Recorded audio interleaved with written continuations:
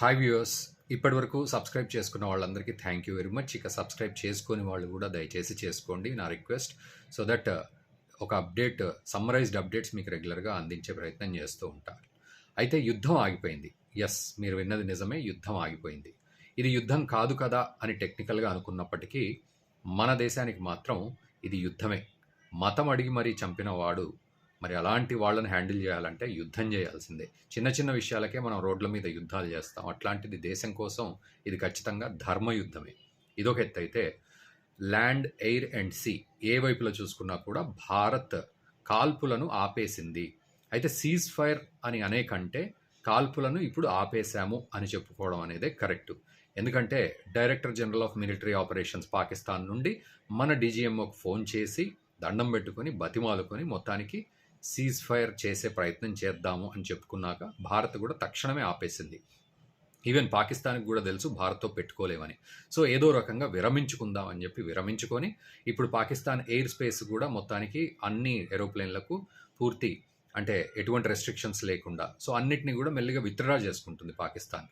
అంటే ఇది 4 రోజుల యుద్ధం తర్వాత పాకిస్తాన్కు ఒక కుక్క కాటుకు చెప్పు దెబ్బ అన్న పరిస్థితి తనకి అర్థమైపోయింది. కాబట్టి ఇంకా భారత్తో నెక్స్ట్ డే కూడా మనం నిలవలేం. కాబట్టి ఈరోజు ఒప్పందం కుదుర్చుకుందాం అని చెప్పి మాట్లాడడం అయితే జరిగింది.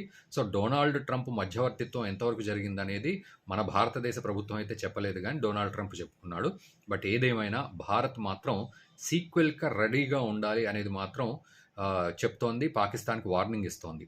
సింధూరం 2 ఆపరేషన్ సింధూర్ 2 కోసం పాకిస్తాన్ రెడీగా ఉండాలి. ఎందుకంటే ఏదైనా ఉగ్రవాద చర్య మళ్ళీ జరిగితే ఇది యుద్ధమే అనుకుంటాం మేము ముందే, ఇంకా మళ్ళీ దానికి వార్నింగ్లు ఏమి ఉండవు అని చెప్పి మొత్తానికి అందరు ఆఫీసర్లు కూడా ముక్త కంఠంతో చెప్పారు భారత్ తరఫు నుంచి.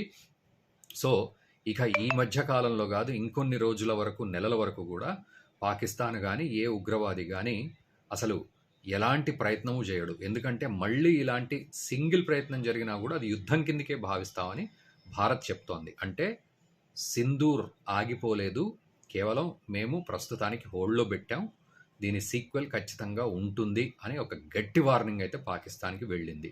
మరోవైపు ఐఎంఎఫ్ కూడా కొన్ని బిలియన్స్ ఆఫ్ డాలర్స్ అటు పాకిస్తాన్కి ఇస్తా అంది. సో చూద్దాం రాబోయే రోజుల్లో మరి మూలిగే నక్క పాకిస్తాన్ కోలుకునే ప్రయత్నం చేస్తుందా, ఆ డబ్బులతోటి దేశాన్ని బాగు చేసుకుంటుందా, లేకపోతే ఈసారి ఇంకొన్ని డ్రోన్లు టర్కీ నుంచి కొనుక్కొని మన మీద వెయ్యడానికి ప్రయత్నం చేస్తుందా? మరి మీరేమంటారు? పాకిస్తాన్ బుద్ధి ఏమైనా మారుతుందా ఈ 4 రోజులు చేసిన దానికి, లేకపోతే మళ్ళీ కొన్ని రోజులు ఆగి తను మళ్ళీ బుస కొడుతుందా అనేది ఒక్కసారి కామెంట్ చేయండి. Thank you very much.